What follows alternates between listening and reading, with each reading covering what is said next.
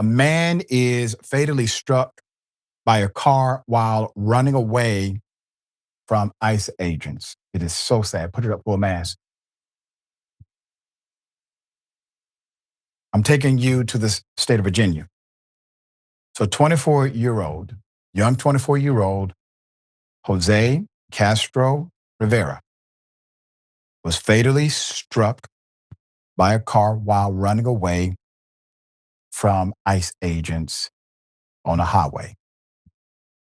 The state police reported it happened on the interstate of 264 around 11 a.m. and said Castro-Rivera was struck by a 2002 Ford pickup truck and was pronounced dead at the scene. 24.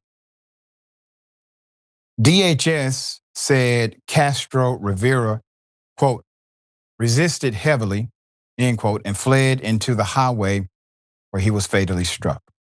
The agency did not offer specifics about Castro-Rivera allegedly resisting arrest.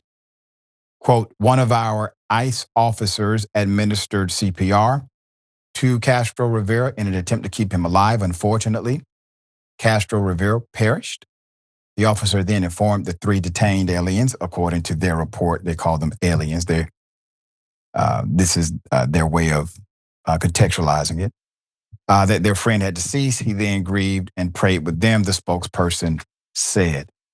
They don't even have the proper tone when they're trying to sound halfway human.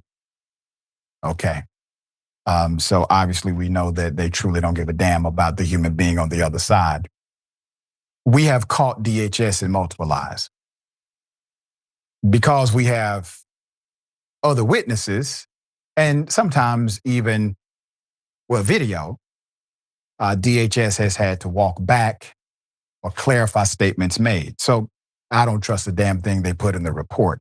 So it's unclear what happened to the other occupants of that vehicle or the driver of the pickup truck.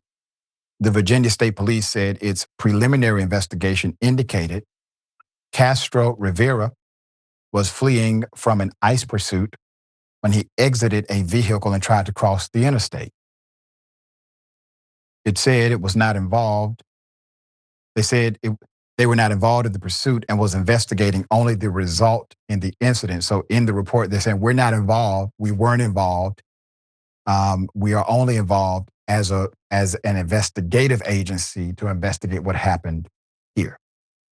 DHS has blamed Castro-Rivera's death in part on those who spread misinformation and ways to avoid detention that it says has emboldened people to resist its agents.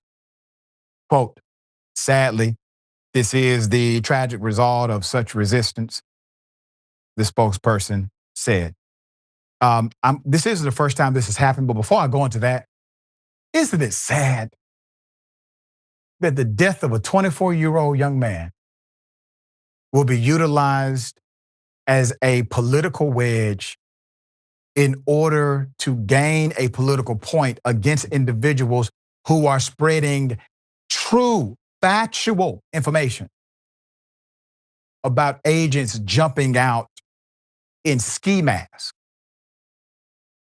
and sometimes unidentifiable vehicles.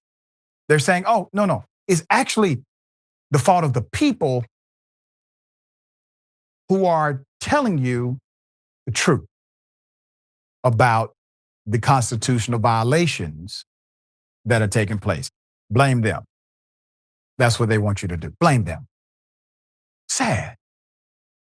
And obviously, if you are woke enough, you see straight through their BS. This isn't the first time. Let me take you to California.